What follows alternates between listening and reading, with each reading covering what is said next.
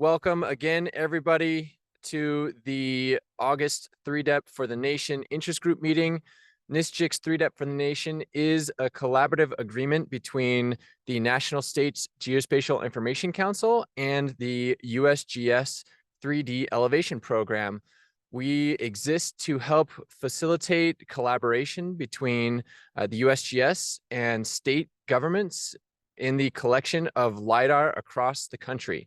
It's really exciting that we have this national treasure of nationally available LiDAR on the national map, closing in on baseline coverage, but the work continues. So we'll hear a little bit about that today, and I guess we'll just jump right into the agenda. So welcome. We always like to hear from our USGS team. They are leading the charge with regard to 3DEP acquisition and publication across the nation. We'll have a little bit of room for community updates. Anyone who has direct 3DEP related updates that you want to share, always love to hear from the community. I've got a couple of reminders of upcoming events to note down on your calendars. And then really excited for today's presentation from Sanborn. They're going to be talking about how to maximize the ROI of your 3DEP data. I know this is a huge topic for a lot of folks. You got a bunch of data that you're sitting on. How do we put it to work? So really excited to hear from the Sanborn team. So with that, we will hop into it. Sue, I saw that you are on the line. Welcome. Can you provide us a little bit of a USGS update? Sure. Hopefully you guys can hear me this time. I don't have the same audio problems I had last time. Loud and clear. Excellent. So the big thing that's going on right now is our data collaboration announcement for both 3DEP and 3DHP opened on August 6th. The due date for project planning estimates for you to submit to request one is on August 22nd, so coming up tomorrow. And our initial project submission date is September 12th. I'll mention that we do keep the DCA open for longer than that, but we look at and evaluate those first applications first. So first in line for those. The other big thing is that we are anticipating right now reaching our 100% available or in progress 3DEP baseline in FY26. We're still doing analysis to make sure that that actually comes to fruition, but we believe that will be the case. But as Jordan said, that doesn't mean that we're done. That means we're moving into the next generation of 3DEP to start second, third, and on coverage to have a sort of temporal coverage of 3DEP going forward. And I don't have it in the slide, but I'll put a link in the chat. We did publish recently the 3D NTM call for action part 2 about the next generation of 3DEP. So I'll put a link to that report in the chat for y'all. I think that's it. Thanks, Jordan. Awesome. Thank you so much, Sue. What a momentous achievement this will be in FY26. I know there was a lot of skepticism around the ability to do such a momentous feat. But having high resolution LiDAR data across the country, I mean, this is like a global leadership in terms of geospatial technology. So really thanks to the USGS team and all the states and the contractors who made it happen. I see John Jordan has his hand raised. What's up, John? Thank you, Jordan. So I know I keep bugging you, and I know others have bugged you. Do you feel pretty good that Congress is going to reinstate 3DHP and 3DEP? I can only go with what the House and Senate marks are, and they did have a budget that is, I believe, on par with previous fiscal year's budgets. But until we have a final budget, we don't know exactly what's going to happen. But again, you know, the House and Senate marks were favorable. Yes, and that was probably my second question is if it is favorable and it is approved, do you feel that that would be implemented October the 1st for 3DEP? 3DEP actually would start October 1st in its third year. And then 3DHP, I have no clue when that would start. How do you feel about that? You're talking about the cooperative agreements? Yes. for 3DEP? Yeah, those cooperative agreements are in process right now, and they're being reviewed up the chain from me. So I don't know that I can say much more than that, John, other than what I've said previously. We're Okay. waiting for approval for those agreements. I know everybody's kind of on edge right now and thinking about that. Understood. All right, thank you. Thank you, Jordan. Thank you, John. Thank you, Sue. Does anyone else have questions for Sue and the USGS team? All right, awesome. Go ahead and check out the 3D NTM DCA announcements. That is available on, if you just Google 3DEP or 3D HP, that'll come right up. They have a really nice detailed list of requirements and due dates. So if you're participating, go ahead and check that out. So thank you, Sue. Thank you, team. Really appreciate it. On the NSGIC side of things, we are excited to continue to support states in the USGS in the 3DEP collection. We will have a breakfast and workshop at the annual conference coming up here in Nashville. We'll be highlighting Tennessee's case study around their successful acquisition of recurring funding, and then taking lessons from that example and integrating that into the planning guide to help states replicate that success. So really excited to see you folks at the annual conference and dive into how we can make recurring funding more available for more states. State LiDAR highlights, these are available on the 3DEP for the Nation info hub. Go ahead and check out New Jersey's as the latest, and I'll be publishing Tennessee at the conference. We're going to put a lot of spotlight on Tennessee because they are our host state. So excited to get that one out there. And then if you missed it, as a state, the Vermont presentation on cloud optimized geotiffs was at the last state team meeting, but this was recorded and is available on the NSGIC knowledge base for anyone who is interested about how Vermont is hosting their 3DEP data and moving it over to cloud optimized geotiffs. That was a really awesome presentation. Highly recommend checking that out.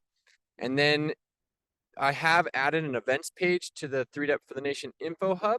So if you are looking for what's next, that's a great place to register for upcoming events and just see what's going on. And then as John alluded to, 3D HP coordination, looking forward to diving into that more. I know there was a big call from states on that, but we are looking for additional guidance from our federal partners and Congress. So excited to get into FY26 and enhance our 3D HP coordination. I'm happy to take any questions if anyone has them for NSGIC 3DEP for the Nation. Let's see, anyone in the chat here? Oh, thank you, Chris, for dropping the DCA portal in the chat. Awesome. And Sue. All right. Well, I know everyone is here for today's, well, maybe not specifically, but I want to make sure that we leave room for community updates. Does anyone have any accomplishments, challenges, milestones or accomplishments that they would like to share directly related to 3DEP acquisition, publication, or use cases?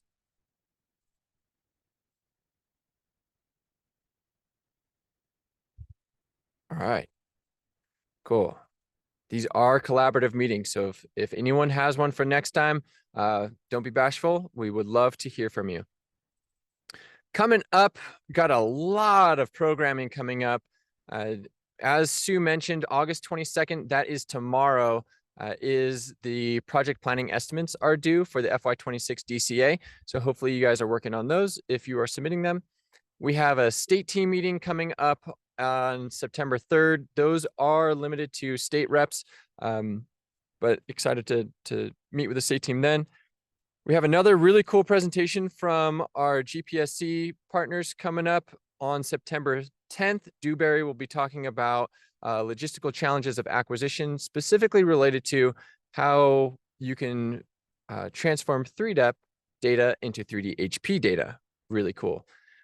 And then that September 12th initial DCA project submissions are due. That will come fast, so make sure you get those in. And then really, really excited to see a lot of you in person at the annual conference in Nashville. We will be having the 3D NTM breakout breakfast that first Monday of the conference, bright and early. So come on out, excited to see you there. And with that, I'm really excited to host the Sanborn team. We'll be hearing from Jared Martin, the general manager of their mapping division, and Jason Caldwell, the VP of sales. Also on the line is Jenna LaVille. She's the VP of State and Local Government, and Kate Hickey, their Chief Operating Officer. Really excited to hear what they have in store for us to help us maximize the ROI of our 3DEP data. All right, I'll hand it off to you guys.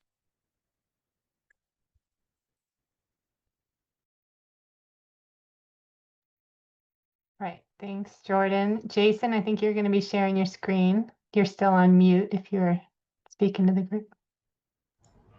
Yeah. All right. Can you guys see that? Yes. Yeah, looks good. All right. Good deal. Yeah, thanks for the introduction there, Jordan. And I appreciate everybody that's on the call that's come to listen to Jared and I talk about this presentation. It's always interesting. I've been in the mapping business. I know a lot of you for many years now. When I first started at Sanborn, I actually was a stereo compiler. This is before really the advent of LiDAR. And at that time, I was asked to collect, somewhere around 1,500 points an hour. And so to think about, what we're doing today with our avalanche LiDAR systems and the other linear systems that are out there and the amount of data that we're capturing, we're talking about hundreds of thousands, maybe 1 million points per second, which is insane when you think about the amount of data that we're dealing with. So it's really cool to say that, right? In my time frame or in my lifetime in this career, to be able to see that evolution of the amount of data that we're capturing is incredible. And I second what Jordan has said. The USGS really taking on the 3DEP program and just about having it 100% complete is amazing. I never thought that would happen in my lifetime in my early position of career. So that's really cool. But having all that data doesn't matter, right? That's really what we're here to talk about. We can talk about all the points that are out there and all the data we have, but if it's not actually being used, then we're not getting ROI out of it, right? So the focus of today's presentation really is about that. Again, Jason Caldwell, I've been with the company for about 28 years now. I'm happy to be presenting with Jared Martin, who is back at Sanborn now and running our complete mapping group. And then obviously Kate Hickey and Jenna are both awesome support functions on this presentation and will be at the NSGIC conference coming up. So you can definitely say hi to them and talk to them about some of what we shared today as well. From an agenda perspective, what I wanted to really talk about, I don't know, sorry, hide that for you there. Thank you, Jared. What I want to talk about today was Sanborn and 3DEP background. I think most people probably on the call know that, so we won't spend a ton of time on that, but I think it's a good place to start. And a lot of what this presentation is going to talk about today is the different types of products that we can actually extract out of LiDAR and how we can get more value out of LiDAR by creating these derivative products. So Jared's going to spend some time kind of talking about those optional products and different types of deliveries based upon how you do acquisition and classification and feature extraction. And then I'll take over and I want to talk a little bit about the fusion and integration possibilities. We feel like the ideology behind taking the LiDAR data combined with other types of data sets, other types of sensor information really is where we start seeing a compound interest in terms of the ROI. And then I think an important piece that we'll finish up with is thinking beyond the data. What is it that we need to be doing as the actual GIOs, the state agencies, and other government entities in terms of making this data easily available and easily consumable and usable by the end stakeholders. So a lot to cover in a pretty short time, but I think you'll find it interesting. So just as a starting point, I think most of you know this, but Sanborn's gone through multiple acquisitions over the last 3 years. And so the company's really expanded in terms of what our service offerings are, as well as product potential. And so if you haven't talked with any of our team or looked at the website, I would encourage you to do that. We have a geophysical arm now. We have a content arm that offers a lot of different off-the-shelf content, and we have software development as well as the traditional mapping services, as well as spatial analysis. So one thing I'll point out is as we go through this presentation today, what you'll see is that there's a little component from each of these disciplines that Sanborn focuses on that actually provides value back to your stakeholders from an ROI perspective. And so it's not just about the mapping and the data itself, but the analysis of the data, how to make that data available from a software perspective, how to combine that data with both off-the-shelf data as well as other types of data sets, as well as thinking about from a strategic standpoint what you have to do to set yourself up to be successful. All that plays a role in terms of trying to figure out how to derive, report, and facilitate better ROI for these types of data sets. And really, the ideology here of ROI, from Sanborn's belief and my personal belief, the higher the ROI is, the more stakeholders you have using this data, gives you the higher potential for having repeat or reoccurring funding, kind of like Tennessee was presented earlier in the presentation by Jordan. So really important aspect, I think, of what we all are looking at in terms of the data.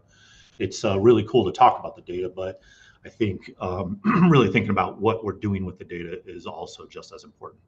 So with that said, I'll go ahead and hand it off to you, Jordan. Jared, sorry.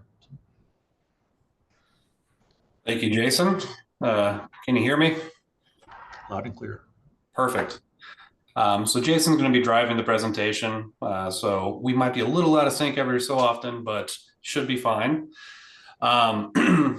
I can say that in my time working in the industry, I've seen leaps and bounds in just the technological advances that we've made.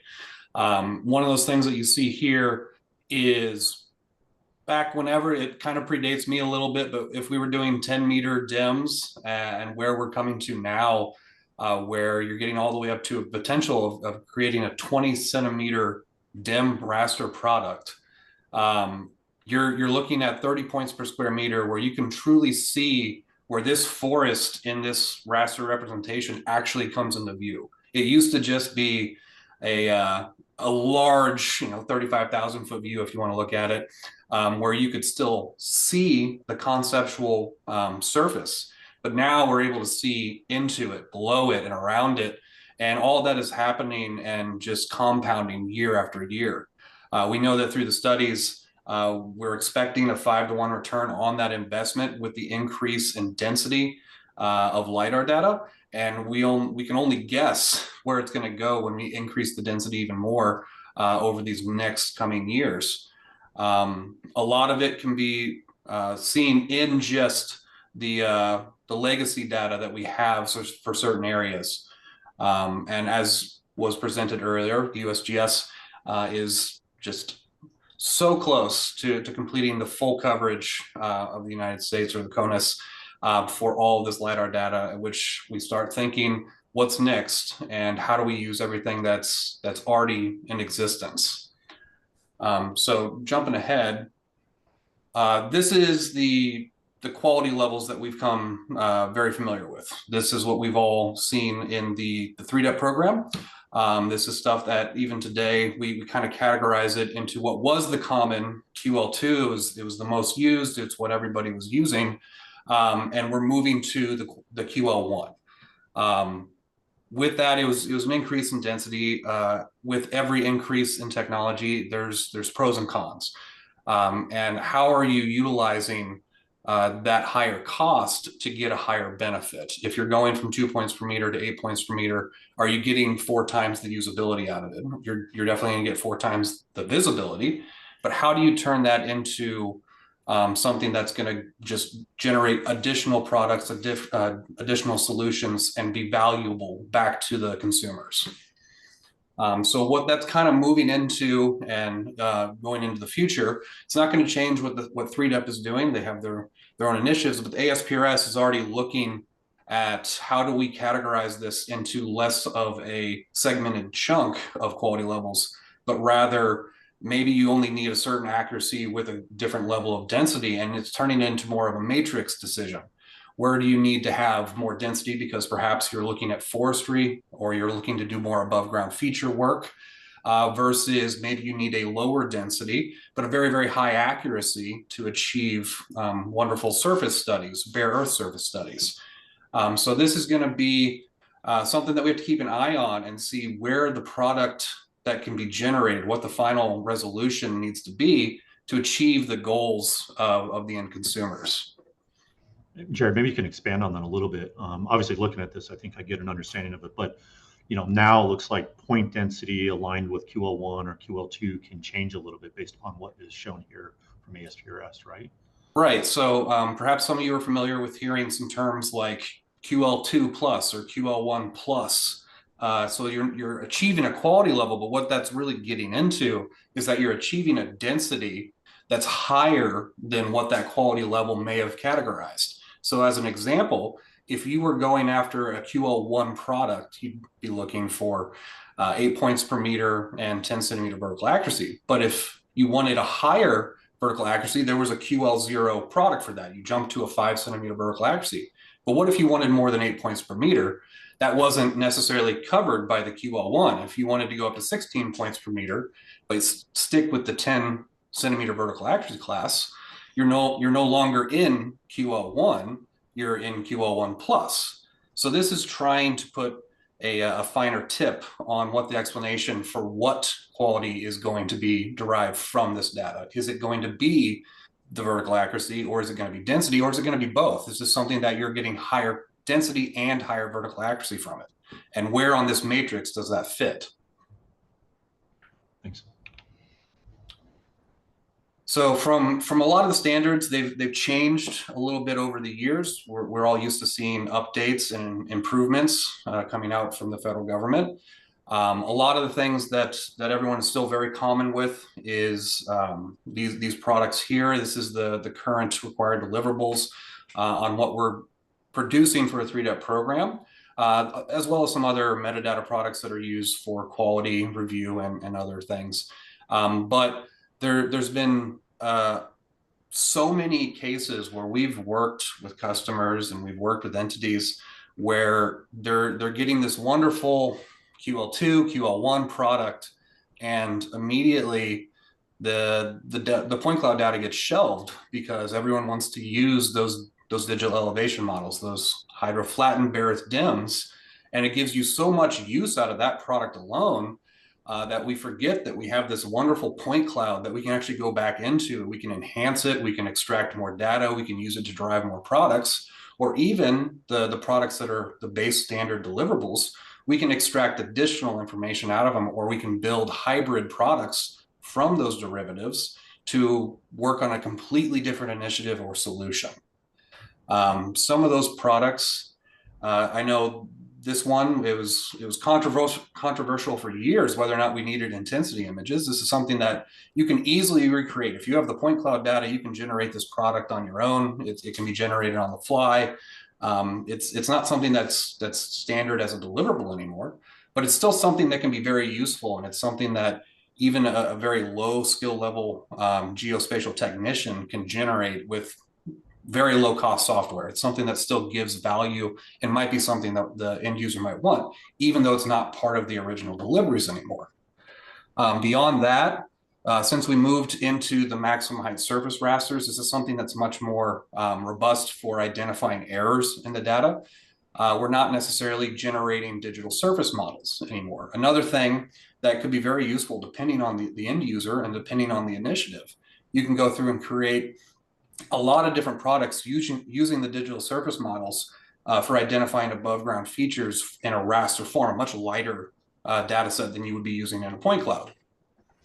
Going beyond that, you can take some of the other products that are being delivered that exist, like the digital elevation models, and you can generate additional raster products from this to look at multiple form analysis. In this case, taking aspect rasters or even slope rasters, the next one, you can start generating high risk areas for different soil monitoring, landslide analysis, and making sure that you have an idea of not just what the surface looks like, but where it might have potential change in the future.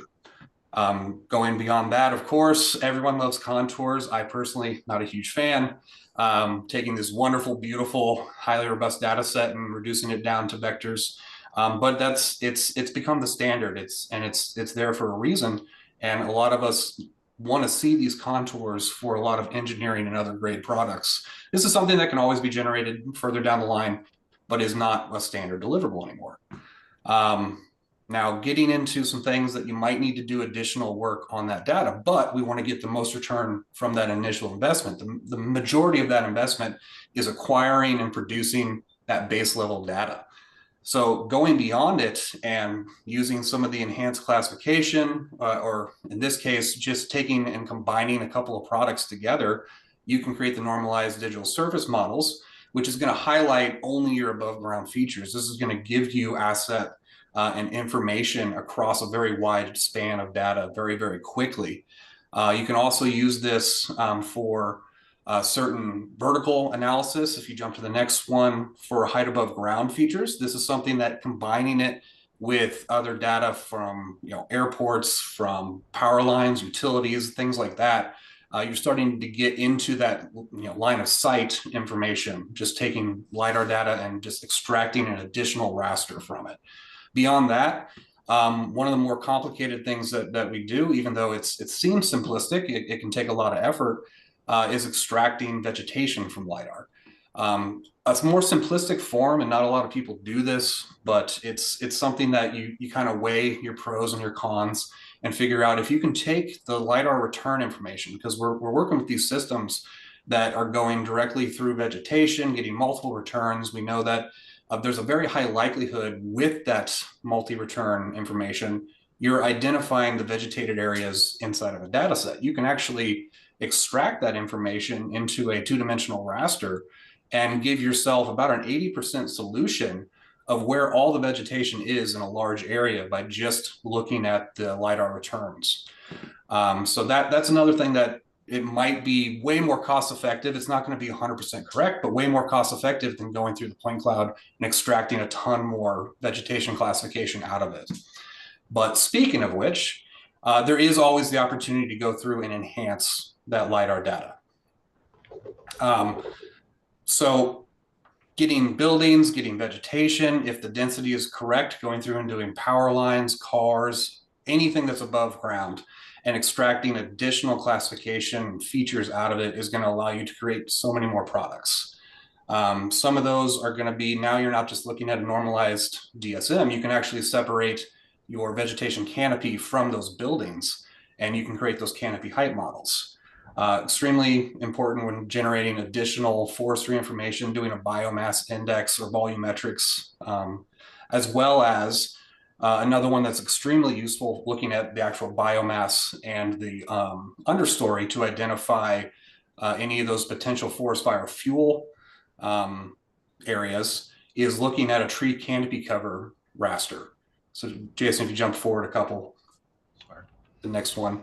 This one can help you identify where you have really high potential for underbrush accumulation. And this is something that, using the point cloud and the different height models inside of it, you can generate what is basically a heat map for where you have high risk areas inside of a dense forested area. Beyond that, you can always take data that might exist elsewhere, or was collected at the same time, and create some really great, really highly visual data fusion products. It's something that will really allow you to reach stakeholders, to talk to the consumers, and really get them immersed in what this technology can do and what it can add to any community. So another thing that is always under consideration is whether or not, looking forward into new collections, into new data sets, if you can customize those acquisition parameters to be a little bit more pointed into the end goal. One thing that we've seen from the forestry departments is they've changed up the acquisition requirements compared to like a 3-dep program, looking at those single pass to a 50% overlap.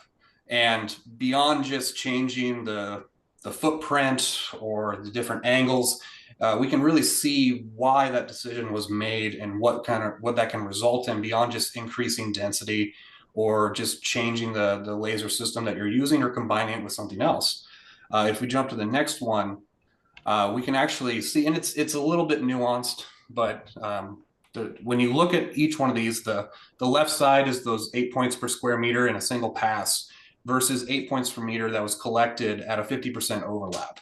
It's the same density of data, but you actually, because of the multiple look angles, you're going to hit more branches, more leaves on the way down. You're going to have a better idea of what that internal structure of vegetation is, as well as you have a better opportunity to achieve a denser ground. And it's not the same in all areas, but specifically to forestry, this is something that gives you a better representation.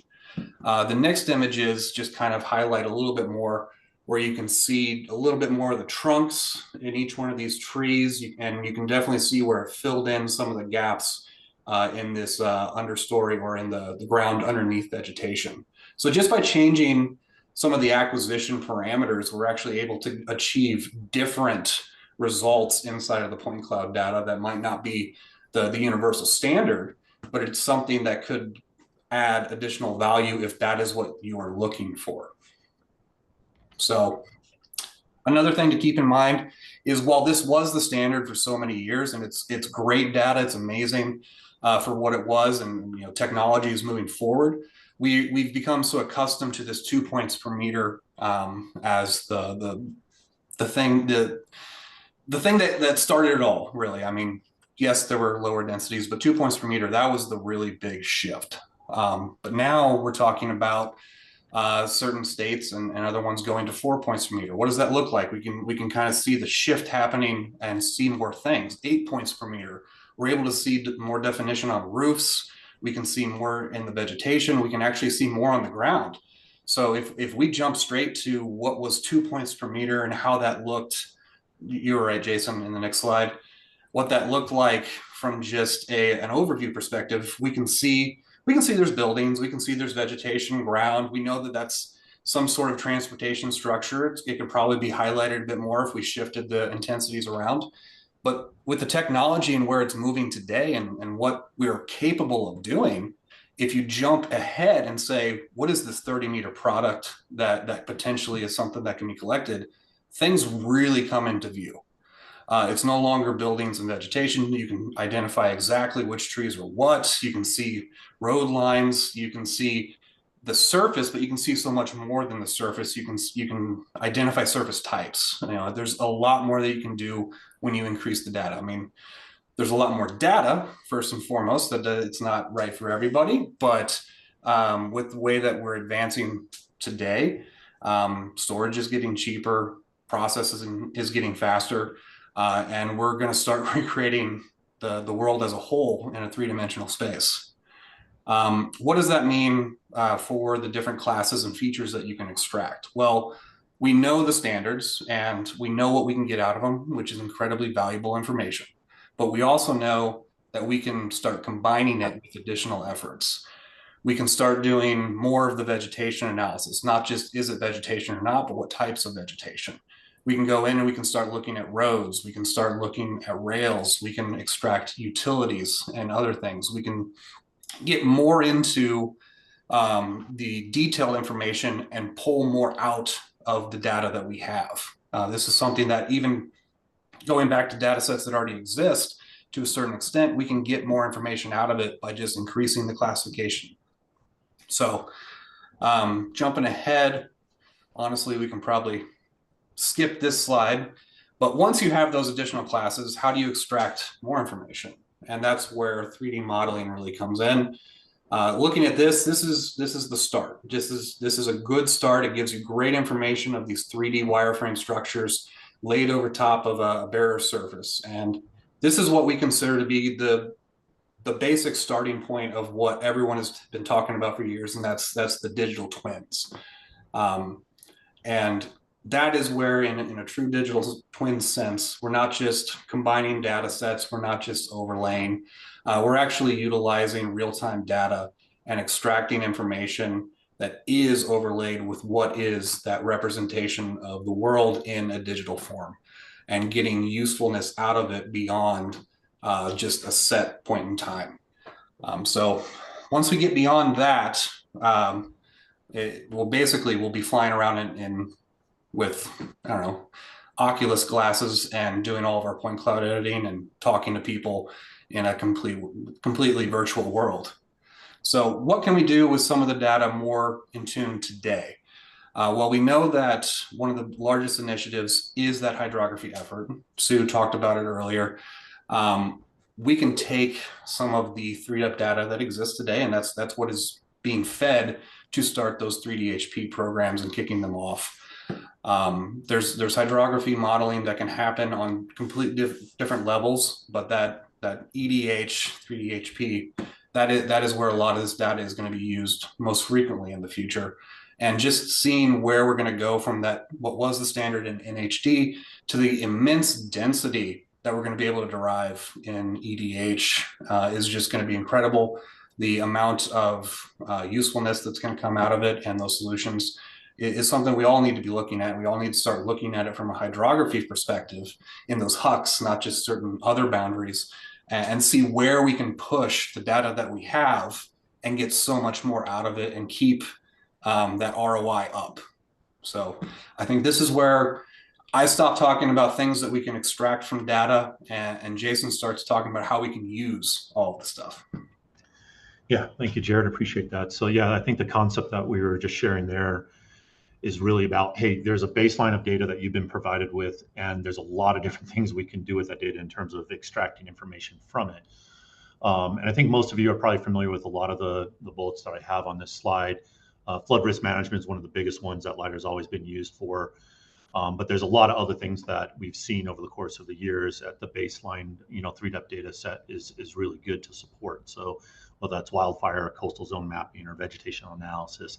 So, what I want to talk about as we move forward here is really the focus of how do we make the data a little bit more actionable. It's one thing to say, hey, we got all this data, we extracted all this information from it, but how is that going to help us in our business decisions? So I just want to walk through a couple of examples of, of different applications, use cases I've seen that I think are pretty neat that are maybe slightly off from your normal application. So in this example, we were working with the county and provided LiDAR data, and we were asking them, hey, how did you guys use this data? What was kind of the use case for wanting to get this data? And so they shared this example with us, which is a pretty simple example. All they did is they took the baseline LiDAR data, they took and created a elevation profile widget, and they actually embedded that within an Esri software to essentially create a piece of software that anybody in the county can use to draw a line within a roadway to understand what the actual slope is of that road, how steep is that road. Some of you may wonder why they're doing that, but in this case, there's a specific use case where they have equipment that actually goes out there to resurface these roads that in some cases can't actually resurface the road if it's too steep. So this gives them the ability to fairly quickly go out, analyze the steepness of the road, and determine what type of equipment needs to be used. So the actual stakeholder here that's actually using the profiler is not necessarily someone that has any strong capability in GIS, but this specific county was able to essentially take the data, put it into an application, and allowed someone that has basically very little knowledge of mapping to be able to actually get the information they needed to be able to help their business decisions. So pretty simple, but actually pretty cool, I think, way of doing it. Similar, line of sight's a big thing that people look at. This is what a lot of digital twins and 3Ds are looking for. In this case, it was a pretty simple line of sight where they were looking for making sure that they had the ability to transmit Wi-Fi signals from buildings to buildings. So a lot of the county buildings within this area are within downtown urban areas where there's a lot of other buildings surrounding it. And so just looking at the data, they had building outlines, they had the LiDAR data, they combined those two data sets and started doing some view shed analysis to understand where the obstruction was going to be at, which allowed them to actually have a little bit more intelligence in terms of where they wanted to actually put the infrastructure itself. So another pretty simple use case, but and it's really just the base source 3DEP data that they captured, but then they put it to use in terms of a way to educate their stakeholders and give their stakeholders more information. So it's one thing to take that data and make it simply, deployable. It's another thing to say, hey, how do we take this data and combine it with other data sets to make it more powerful? So we've seen this happen quite a bit over the course of the 3DEP program. Imagery is a big one, right? Multiple people look at either capturing multi or hyperspectral imagery with their LiDAR to do all kinds of different mapping. We've primarily seen that used in the tree canopy side of things, but we've seen it, used in oil and gas situations. We've seen it used in a wide variety of safety concerns as well as land cover concerns. So it really provides a powerful tool where you're combining both spectral signatures of the raster data combined with the high detail from the LiDAR data to be able to extract more information from it. The other one that we've seen quite a bit of is mobile LiDAR and terrestrial LiDAR for better canopy mapping and digital twin mapping. So we have several customers right now that we started working with them in a topography perspective, meaning that we're capturing LiDAR data from the airborne solution. But then they had quite a few of collisions, both inside buildings as well as outside buildings that they wanted to get more detail on. So we have backpack systems as well as mobile systems on vehicles that capture this additional area and additional data at the ground level to give a higher level of detail, fill those occlusions, and really provide more accuracy and quality data for the end user. Topobathy is a big one that a lot of people have been talking about. I think anybody that's been doing topobathy LiDAR understands that there are limitations with that technology in terms of the depth. So combining that with sonar definitely gives you more capability to essentially map the topography of the seafloor and the riverbed and lake beds that we're looking for. And then the last one I'll talk about is the geophysical surveys. I'm not sure if everybody knows, but USGS also has a program to map critical minerals in the United States. And so this is subsurface mapping. This is pretty cool technology. Sanborn does own a company that builds these systems as well as flies these systems. And so working with them, pretty quickly we understood how the value of combining that subsurface data with LiDAR data provides a more accurate, calibrated data set that is delivered to the USGS as well as others. The other thing I will mention is that having the LiDAR data that's available for us now allows for Sanborn to ingest that in the actual flight planning stage of these geophysical surveys. Anybody that is familiar with geophysical surveys knows that the flight for geophysical surveys is much more complicated because you're following the surface in comparison to like a LiDAR or an imagery flight. So having that more detailed surface provides both reduction in terms of risk and adds to the safety of the crew, which is awesome. Now I'm going to get into a couple others here that I think are pretty interesting. This one is a use case where the LiDAR data and the raster data was actually combined with other source data sets to essentially provide detailed information to a DOT to understand where likely they were going to get accumulation of snow. So the idea here is it allows them to predict where the snow is going to accumulate on the road and adjacent to the road so that they can put up snow fences and different things of that nature. So you can kind of see the final result here. It almost looks like a view shed analysis, but it's more specific to what the terrain type is, what the actual land cover type is, and all that starts with the source of LiDAR data combined with imagery data to get to the end result. Personally, I think the inverse of this would be really cool. And then we would take that to the ski resorts and we'd set up fences in certain areas so we would have the best powder runs. And I know there's probably some people on the call that like skiing. And so I've been talking to our technical guys about that. I was like, oh, this is great, but I actually want to put snow somewhere. Can we do that as well? So, interesting technology or interesting concept of how to deploy the LiDAR technology for other use cases. LiDAR and wildfire, right? Wildfire is a big one.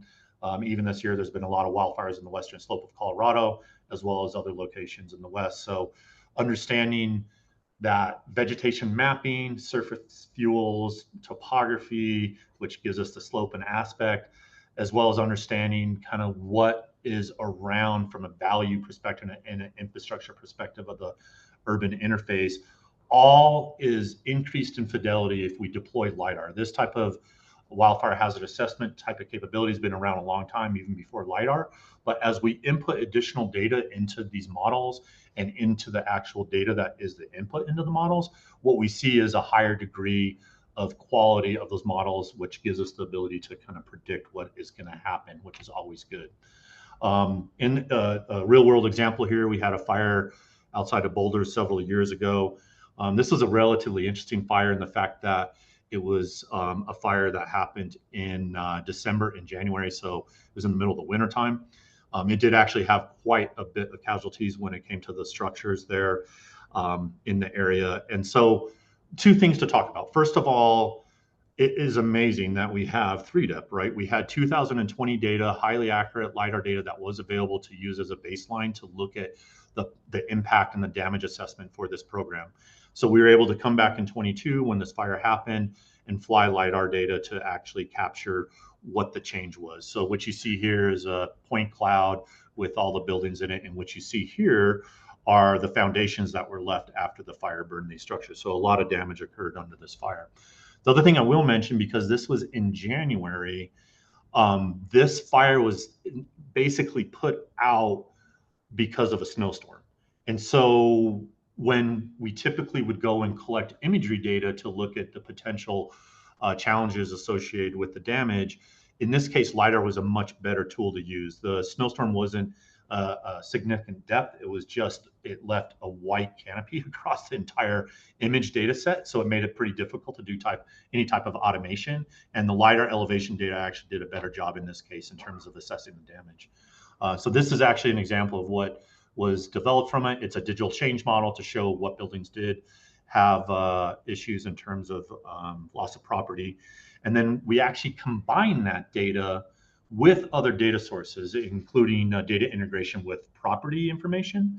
And then we combine that into an Esri dashboard to be able to understand what the actual full impact was from a financial perspective. So again, what we're trying to show here is that, hey, there's data out there that can be used as a baseline. We can bring temporal data over the top of that, look at change, and then we can take that and match it up against other types of geospatial data, as well as software programs to be able to provide that information back to the stakeholders, which is very important. Vegetation assessment and risk. So a lot of people are familiar with that. LiDAR data is used for utility mapping, which you're typically looking for. Here is the infrastructure and the adjacent land cover to determine what type of risk you have. So it's one thing to be able to say, hey, we've captured all the LiDAR data and we captured all the lines, and here's the tree that is the closest to that line. But really what we do here is we take in weather information. We actually are taking in load information on the electrical utility line. And then we're actually throwing that into an AI model that allows us to do some predictive analytics based upon what potentially could happen. So if there's an ice storm or if there's a certain type of windstorm, what is the actual potential? My risk profile expands, and I need to understand what that risk profile is. So it's just very interesting to kind of look at.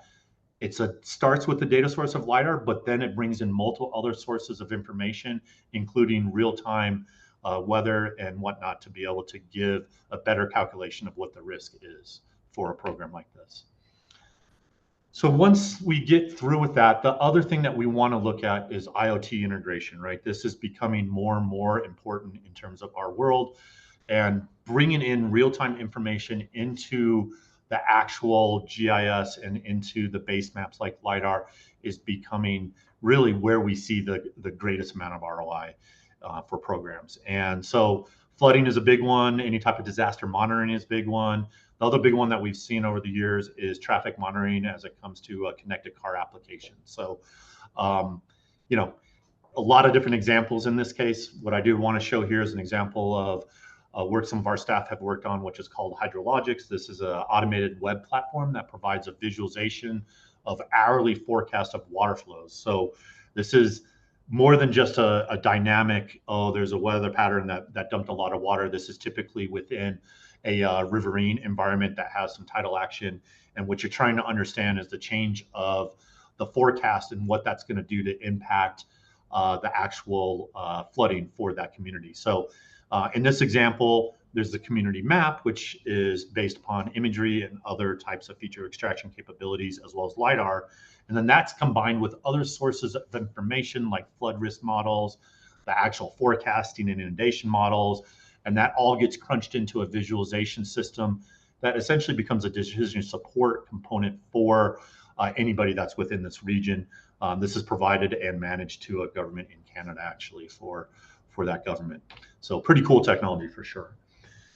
It's one thing to have the integration of data, right? But I think all of us on this call need to think of beyond the data, right? I know Sanborn and myself specifically, because I've been inundated with LiDAR and imagery and all kinds of different things my entire career. That's what we talk about. We always want to talk about the data, but I think it's important to understand who is working with the data. So trying to get a better feel for the justification of why you need to get this data is very important aspect of any GIO's plan. So this is an example of a program that we created on the imagery side, but you could do the same thing on the LiDAR side, where you're looking at ROI analysis based upon specific use cases and how people are going to use this data. This allows you to actually document the ROI and allows you to provide this information back to administrative and management in terms of the importance of the data collection program because of the use cases and the people that are using the data itself. So it is something that Sanborn provides in terms of strategic plans, and it is something that I feel pretty strongly about, that if you don't have a baseline understanding of how the data is going to be used, it's pretty hard to have a reoccurring program overall in terms of a funding source. The other thing I would say is that to allow for usability and self-serve capability of the data set is very important. So Sanborn does have a couple tools for this, Giza and Sanborn GeoData Explorer. These tools specifically have been built to allow for our stakeholders, the GIO, to allow for the GIO stakeholders to be able to get access to the data quicker, faster, simpler. So this not only allows for some limited analytics, but allows for the consumer or the end stakeholder to be able to get access to the data when they want it, where they need it, and how they need it. So really democratizing the data is the first step, and then giving them the education that they need to be able to get to the data source is the second step. So that's what you kind of see here in the Venn diagram. To maximize the ROI of your data, you know, it's one thing to be able to provide the data itself, which we were just talking about. It's another thing to be able to educate the customer on the data. But there is a low level type of, I guess what I'm saying, there's a user community that we need to broaden our marketing to from a GIO perspective. The user community I'm talking about is the community that doesn't know anything about GIS, doesn't know anything about mapping. But what they know is they need help answering certain questions about their business. And so the example of the roadway, right, and repaving the roadway, that's a self-service analytic tool that really increases the ROI tremendously, because there's so many more of those people out there that actually don't know anything about mapping, but know they need answers that uses the technology that we deploy on a daily basis. So when you have self-serve analytics, you have the data out there for them to grab, and you have the education available for them. That's really, in my opinion, what is going to drive the highest level of ROI for your entire community. So with that said, we'll stop the presentation and see if there's any questions and discussions.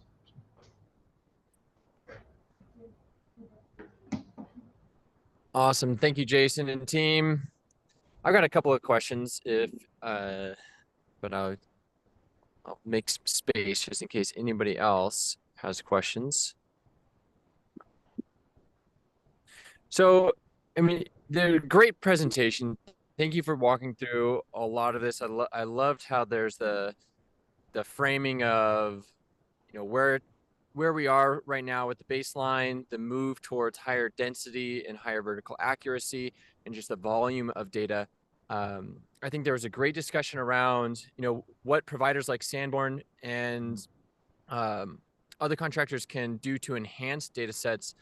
I'm curious, what do you recognize as some low-hanging fruit that maybe a county or a state can do with their existing data sets to kind of get to these derivative products and really maximize what they already have within their stores? Yeah, I'll take a little stab at it, and I'll pass it over to Jared. But the way we structured this presentation is that the first part of the presentation that Jared was talking about in terms of the different classification and feature extraction and other things of that nature, there's a lot that you can do with those existing data sets without having to go back and capture the data. So to me, you know, that first component of, hey, do I want more derivative products? Do I want more classification? Do I want higher fidelity when it comes to my hydro, right? There's all kinds of different things that you can do there pretty quickly and pretty easily. And really what I would say is actually at a pretty low cost in comparison to the investment of the baseline data that's been captured through the 3DEP program. So to me, that is definitely an area that you should focus on and understand what the actual use case would be for those additional data derivatives. And Jared, I don't know if you want to speak more to that, but that's, you know, my thought is that is the lowest hanging fruit and the lowest cost, you know, ability to get to additional data sources that open up the world for additional use cases. Yeah, that's just it. You know, of course, we all want to have the latest data. We want to have more data. We want to have denser or higher resolution data. But starting with what we currently have, there's a lot of products that can be generated that are going to give you the starting point for an analytical process. Taking the bare earth DEM and to super light lift generate additional raster products that are analyzing the bare earth surface in a different way is going to help launch some initiatives that you might have in other parts of your programs. Taking that lighter lift and maybe looking back at a point cloud data set that only had the bare earth classification done, and based on the density and obviously when it was collected, if it's still useful to you, can you extract more information out of it? Can you go and at a much lower cost put a little bit more work into that data that already exists to get a higher return, a higher ratio of return out of it? Where if you need to know more information on buildings, if you need to know more information about your vegetation and all of the biomass, or if you're wanting to do a higher inventory analysis, what can you do with the data that exists that you might be able to do a lot quicker or a lot cheaper than you would expect? It's always that big lift to get the data in its initial form, the base information. But there's also a lot of time sensitive stuff that can be run to give you really quick information on data that you already have in-house. And I think the critical thing that I heard what you just said there, Jared, is if you need this or when you need this. So I do think that's another critical thing to think about, Jordan, and for the rest of the people on the call, is having an understanding and a plan, whether it's a strategic plan or assessment of your community and what they need is going to be very important, right? Because going out and just creating these products doesn't necessarily mean they're going to get used and you're going to get an ROI out of it. So, having that laid out in advance so that then you can strategically discuss what are those lowest hanging fruits is going to be valuable for you. So I think that's spot on. Does anybody else have questions for Jared, Jason, or the rest of the Sanborn team?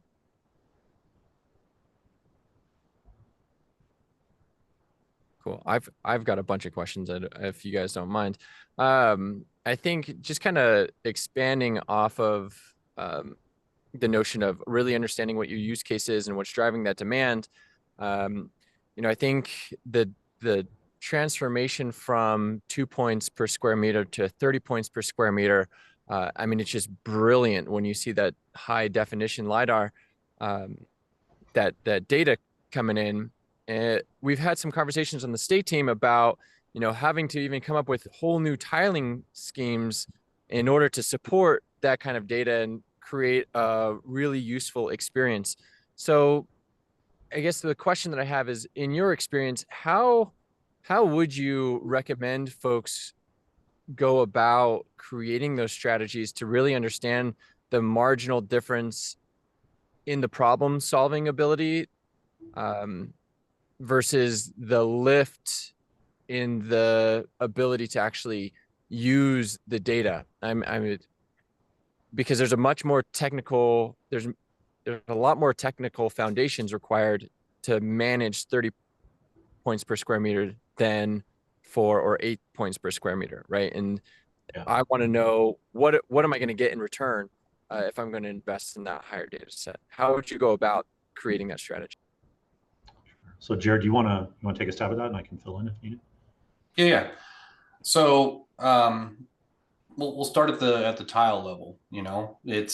It can be surprisingly a very big challenge to adapt additional tile indices, or to perhaps, I've had a couple conversations with individuals or entities that wanted to switch to that hexagonal shaped tile that Esri has been promoting, and that works great to an extent until you start working in square pixels again, and not so much. It worked great for LiDAR, but it's also, well, now you just have 6 sides to this entity as opposed to 4. It's still huge in data-wise. So I think we're never going to be able to fully future-proof ourselves with the different sizes of grids that are going to be needed for different densities or different resolutions. But we have to be open to the ability to adapt those grids for the data itself and not turn it into a very large, we'll just say an act of Congress to change the tile grid for a county or something like that. But because that's not the problem, the real problem is the data itself. It does get exponentially bigger. You go from 2 points per meter to 8 points per meter, 8 to 16, 16, 30 plus. We've been collecting a bunch of drone data in smaller form factors where we're looking at 1,000, 2,000 points per square meter. That's a lot. And you can see almost all the way down to basically a bolt in some of these point cloud data sets. That's overkill. That's way well beyond what we need to be talking about here. But that is a future possibility because of the way technology moves. So I don't think that we need to start planning just in like how we're going to map these things out, but more how are we going to segment it so that we have a data lake that is going to expand with the information that we are trying to get out of it. There's a lot of viability in reducing down the sizes of data, going to those compressed files and only accessing them when you actually need them, and reducing the data down into two-dimensional products or a lighter lift three-dimensional product like vector data. The point cloud is, until we get to the point that it's basically going to be quantum computing, the point cloud is still a means to that end. We're still generating products from it. We're still going to extract features from it. It's something that we would love to be the standard use case, but it needs special software to open. And even if you're able to do that in the cloud, you need skilled individuals to even be able to manipulate and move around in this data, because it's kind of like a video game, but it's not. And you can interpolate it different ways. So we're going to always be trying to make it more simple for us to access that data. And the easiest way is going to be generating products from it. So while you're going to need a lot of storage, it's not necessarily storage that you're going to need to access on a 24/7 basis. It can be some cold storage situations where you're creating a bunch of products, or you're developing a bunch of products on the front end, and you're only going back to that point cloud when you have to make changes. I think that's a good point, Jared, actually, is the cloud and the scalability for a solution like that, where you might be moving to a much higher density and a need for a place to store it. So, the GeoData Explorer tool that we have kind of answers that question a little bit, right? It's a tool that you can get access to that full point cloud if you want to, but there's 4 other derivative products that are much lighter in space size or file size that you can also get access to, as well as there's actually a viewing platform right on that tool that allows you to probably answer a lot of the questions that you want to answer with that data already, so you don't even have to actually download it to a local environment. So a lot of different ways to deal with that, but I do think likely that some level of cloud support is part of that solution, because that allows the end user to scale as needed. So, and Jordan, I think the one other thing I would say is that the faster people move to the decision support tools that enable a larger community or a broader community to be able to get access to answering their questions, the easier it becomes, right, for those people to access the data. They're not accessing the full point cloud. They're accessing something that's just essentially using the back end database of that information. So, I keep hinting on that, but to me, the refinement of the ROI for any type of geospatial data is really in those final decision support type of applications that the people aren't really dealing with the data itself. They're dealing with the answers to the questions itself. So I think that's really spot on. And Ashal Cross, the comment that they put into the chat really strikes at that, right? It's the key there. The key sentence there is the key is streaming access and production of the derivatives for the typical ID team. So you don't need to have that whole data set on your computer. You can stream it, access it, tap into those derivatives when you need it to, and really just kind of streamline that decision making. Right. Okay, we have another question. Will the slides be available after the presentation? Yeah, I think so. Great. Awesome. Well, you guys have been excellent. I want to make some space if anyone else has questions or comments. All right. Cool. Well, if people have more questions or really want to understand Sanborn and how you can help them maximize their ROI, how do people get a hold of you? So probably should have put some contact information on here, but I think NSGIC has our contact. Jenna and Kate will be at the NSGIC conference coming up, and you also can contact us and reach us through the website as well. So multiple different ways to get a hold of us. If you want to email me directly, it's jcaldwell@sanborn.com. If you want to get a hold of Jared, it's jmartin@sanborn.com. So pretty easy to remember there. So. Great. All right. Thank you so much, Jason, Jared, Kate, and Jenna.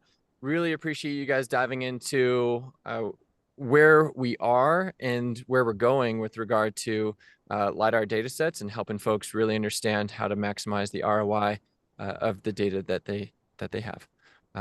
I will be publishing this out to the NSGIC knowledge base early next week. So if you think that someone in your network might benefit from this conversation, feel free to share that out.